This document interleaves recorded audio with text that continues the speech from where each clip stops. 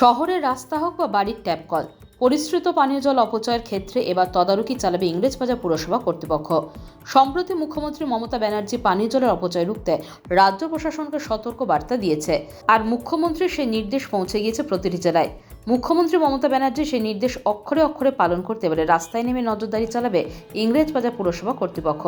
শহরের অলিগলির রাস্তায় মজুদ থাকা ট্যাপ কলগুলির থেকে যত্রতত্র জল পড়ে অপচয় হচ্ছে কিনা সে ব্যাপারেও বিশেষভাবে নজরদারি চালাবে পুরসভা। এছাড়াও শহরের নাগরিকদের প্রতিটি বাড়িতে কী পরিমাণ জল খরচ করা হচ্ছে তারও একটি রিপোর্ট সংগ্রহ করবে সংশ্লিষ্ট পুরসভা কর্তৃপক্ষ। ইংরেজবাজার পুরসভার বেশ কয়েকটি এলাকায় রাস্তার ধারে ট্যাপ কল রয়েছে। পুরসভার নিয়ম করে সেসব ট্যাপ কলে জল আসলে ব্যবহার করেন সাধারণ মানুষ। সংশ্লিষ্ট এলাকার একাংশ বাসিন্দাদের বক্তব্য, অধিকাংশ সময় রাস্তার ধারে ট্যাপ কলের মুখ খারাপ হয়ে থাকছে, ফলে অনর্গল জল অপচয় হচ্ছে। এ ব্যাপারে পুরসভাকে নজর দেওয়া উচিত।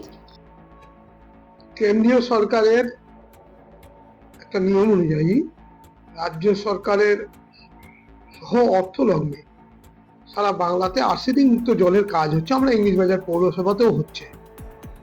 কেন্দ্রীয় সরকার ওই জলের টাকা দেওয়ার সময় একটা নিয়ম করে দিয়েছিল, প্রত্যেকটা মানুষের কাছ থেকে জলের ট্যাক্স নিতে হবে। কিন্তু পশ্চিমবঙ্গের মাননীয় মুখ্যমন্ত্রী মমতা বন্দ্যোপাধ্যায় বলেছে, বাংলাতে আমরা মানুষের কাছে জলের ট্যাক্স নেব না। আমরা কিন্তু জলের ট্যাক্স নিই না। সাধারণ মানুষ যারা বসবাস করে, রাস্তায় ট্যাপ এগুলো কোনো নেওয়া হয় না। যারা কমার্শিয়ালি জল ব্যবহার করে তাদের একটা সামান্য ট্যাক্স নেওয়া হয়। কিন্তু আমরা বারবার বলি জল অপচয় করবেন না। মানুষ রাস্তাতে ট্যাপ গুলো খুলে দিয়ে চলে যায়, চোর মুখগুলো ভেঙে নিয়ে যায়, মানুষ নিজের জল ভরার পরও জলের ট্যাপটা বন্ধ করে না। এতে পৌরসভাগুলোর প্রচুর টাকা ক্ষতি হয়। ইতিমধ্যে আমরা কাজ শুরু করেছি যে প্রত্যেকটা বাড়িতে মিটার বসিয়ে তার জলের নিয়ন্ত্রণ আনার চেষ্টার কাজ শুরু হচ্ছে।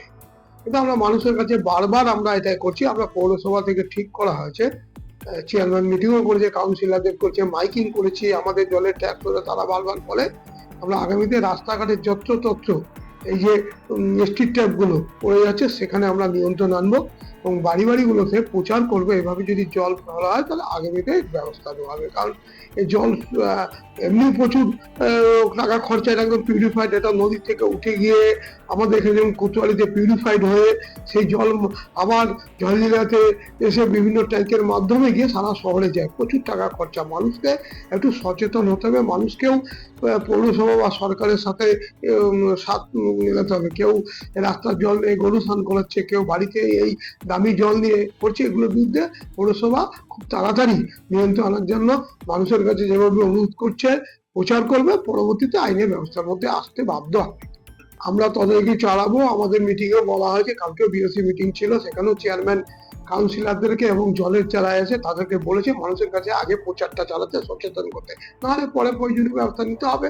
কারণ জল অপচয় করলে হবে না। আর্সেনিক মুক্ত জল, এই জলগুলো একদম পিউরিফাইড। কলকাতায় কিরকম দুরকম জল সাপ্লাই, একটা খাওয়ার জল, একটা গঙ্গার ডাইরেক্ট জল রাস্তা করে। আমাদের তো আমাদের টোটালটাই পিউরিফাইড এবং আর্সেনিক মুক্ত।